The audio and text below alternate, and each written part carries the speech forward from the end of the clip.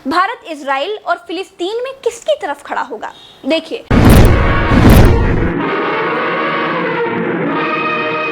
नमस्कार, मैं हूं प्रज्ञा मिश्रा और आप देख रहे हैं प्रज्ञा का पन्ना। दोस्तों, इजराइल और फिलिस्तीन में युद्ध छिड़ चुका है। हालात ये हैं कि इजराइल नाक पर बैठी मक्खी को तलवार से मार रहा है।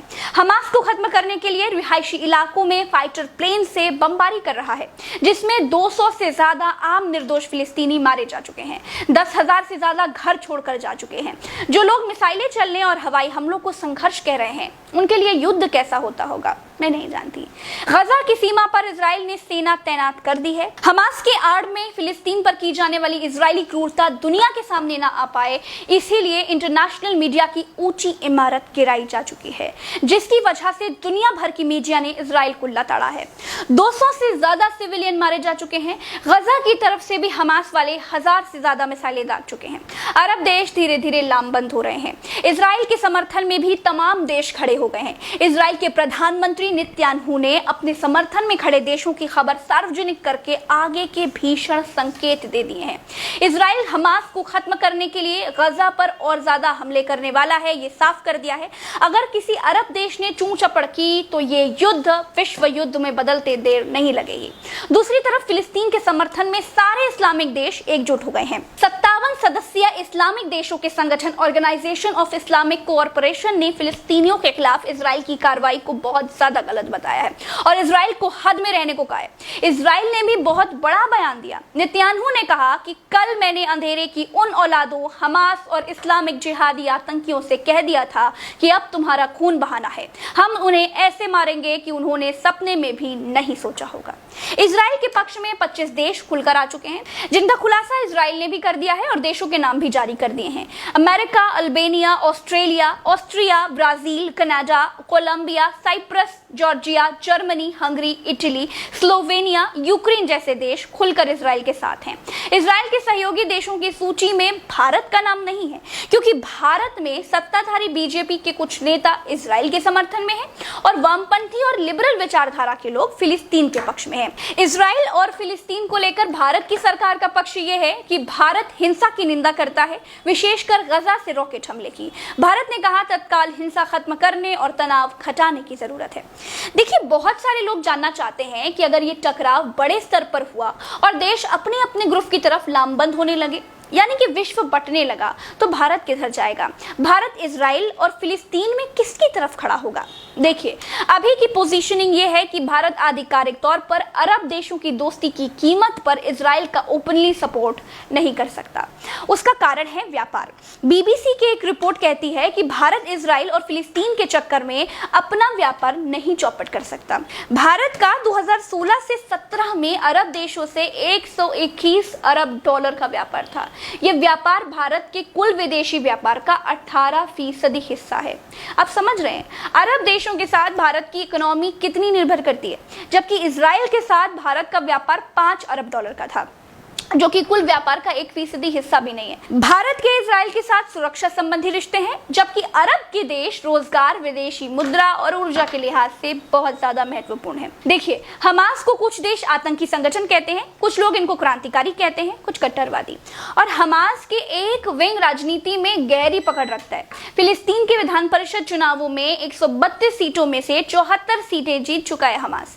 इसका मतलब यह है कि हमास फिलिस्तीन में बहुत ज्यादा लोकप्रिय है। हमास फिलिस्तीन के लोगों का हीरो है। हमास ने पहले रॉकेट दागकर जो किया, उसका समर्थन कोई नहीं कर सकता। भारत ने भी नहीं किया, लेकिन इजराइल ने 1948 से लेकर अब तक जो किया है वो भी गलत था। फिलिस्तीन ने इजराइल को बैठने की जगह दी तो वो एहसान बुलाकर पसर गया। भारत की बीजेपी सरकार अभी खुलकर नहीं बोल रही है, लेकिन बीजेपी की तरफ से देश के प्रधानमंत्री रह चुके श्री अटल बिहारी वाजपेयी खुलकर फिलिस्तीन का समर्थन कर चुके हैं। अरबों की जिस जमीन पर इजराइल कब्जा करके बैठा है, वो जमीन उसको खाली करना होगी। आक्रमणकारी आक्रमण के फलों का उपभोग करे, ये हमें अपने संबंध में स्वीकार नहीं है। तो जो नियम हम पर लागू है वो औरों पर भी लागू होगा। अरबों की जमीन खाली होना चाहिए। जो फिलिस्तीन है, उनके जो फिलिस्तीनी हैं, उनके उचित अधिकारों की प्रस्थापना होना चाहिए। दोस्तों, हमास के रॉकेट हमले गलत थे। आतंकियों और हिंसा फैलाने वालों को फांसी पर लटकाना चाहिए, लेकिन हमास से निपटने के लिए इजराइल जो कर रहा है वो भी गलत है। फिलिस्तीन में गेहूं के साथ घुन पीसे जा रहे हैं, आम आदमी मारा जा रहा है। दुनिया भर की मीडिया इजराइल पर आरोप लगा रही है कि इजराइल ने 12 मंजिला अंतर्राष्ट्रीय मीडिया की ऑफिस वाली बिल्डिंग इसीलिए गिराई ताकि इजराइल हमास की आड़ में फिलिस्तीन पर बर्बरता कर सके और उसकी तस्वीरें फिलिस्तीन से बाहर ना जाने पाए। अल जजीरा ने एक बयान जारी करके कहा है कि इजरायली सरकार के इस कदम का मकसद मीडिया संस्थानों को खामोश करना और गजा में जो हो रहा है उसे दुनिया के सामने न आने देना है।